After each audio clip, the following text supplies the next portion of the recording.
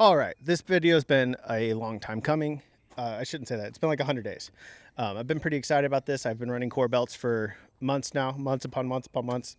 And well, since the last video.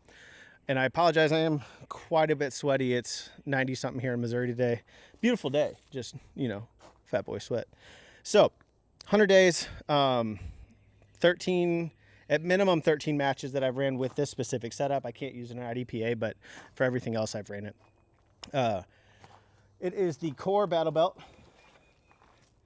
And it's one of those things that I didn't know until I knew that there were better options out there, that there were just better stuff, right? You don't know until you know. Same thing happened to me whenever I went to 1440p on my computer. So we will start with, we'll start with a standard belt. This is the 511 that I've ran forever as far as battle belt goes. It worked fine for me, but again, I didn't know until I knew. The inner belt was fine, nothing to really write home about, but it was lackluster in the sense of very just thick. It became uncomfortable after like 8 to 12 hour days of being in it from being at matches. Specifically, it's a little thick in some spots, so mounting it's kind of odd in some areas. But overall, the Mali and everything's held up totally fine. The Cobra buckle's fine. Not being able to adjust it on the fly is rough. Now, what I mean by that, let's say it's wintertime. You're tossing a ton of clothes on because it's cold and you're going to shoot. You have to adjust the whole belt just to do that before you can even put it on. If you have stuff mounted in that spot, you might have to reconfigure it. Now, with this other belt setup, with the Core, the Meta, you don't have to do that.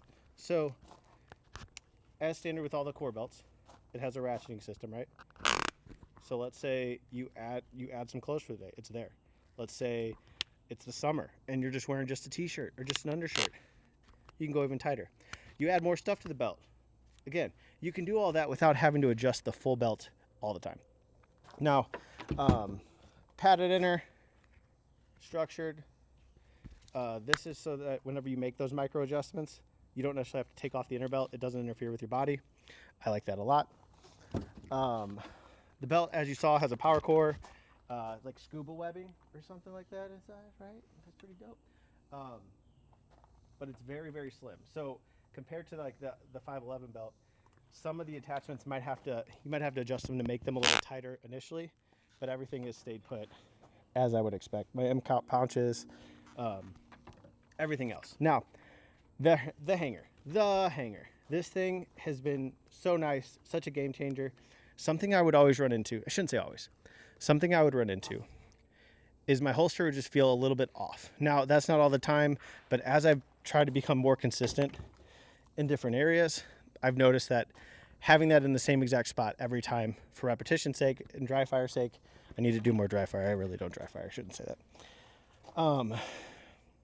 It's key. It's key. Like, if things change every time you run something, you're not going to be as consistent. So this stays in spot.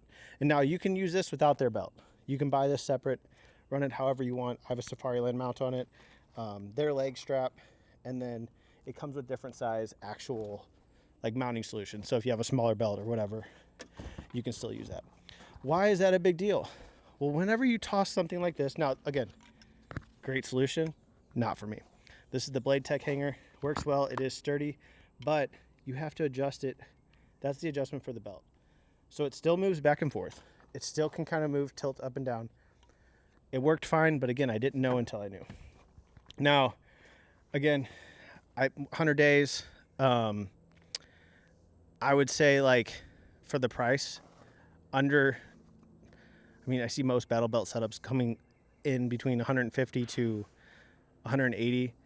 With the hanger, you're sitting close to 200, but most battle belt setups don't come with the hanger, and you're like 180 out the door. I know at least the 511 ones are up there. I don't know. I don't have enough good things to say about it. Well, here I'll give you some downsides that are most likely my fault. This little piece right here, I've clamped it down a few times. I don't know if it's just I'm a sissy, but it kind of likes to try to come off. I did lose one screw on here. They were nice enough to send me another set. but I figured out something in the meantime. Overall, it's clean. The coloring is great. Like as far as green goes, it's not like FDE where everything seems like off. Like even the 511 Maverick and the Core are pretty close. At least in the middle, like the laser cut part and stuff. But I mean, go get you one. It's hard not to recommend it. I mean, I know I'm saying that I'm a little biased in this aspect, but like, I'm not sponsored by Core. I'm not paid by Core. I did not buy this belt. I bought multiple other belts. This belt was given to me, but I mean, all in all, like, just actually watch this. You can toss. This is an empty gun. You can toss this on here, and like, I'm holding close to the gun right now, obviously, but let's go to the other side. It still keeps form. I think the weight limit on these is supposed to be, whoops, like 20 pounds or something like that. I believe it. So yeah, if you have any questions, comment down below. Please like and subscribe. Helps me out a lot. And we'll see you on the range.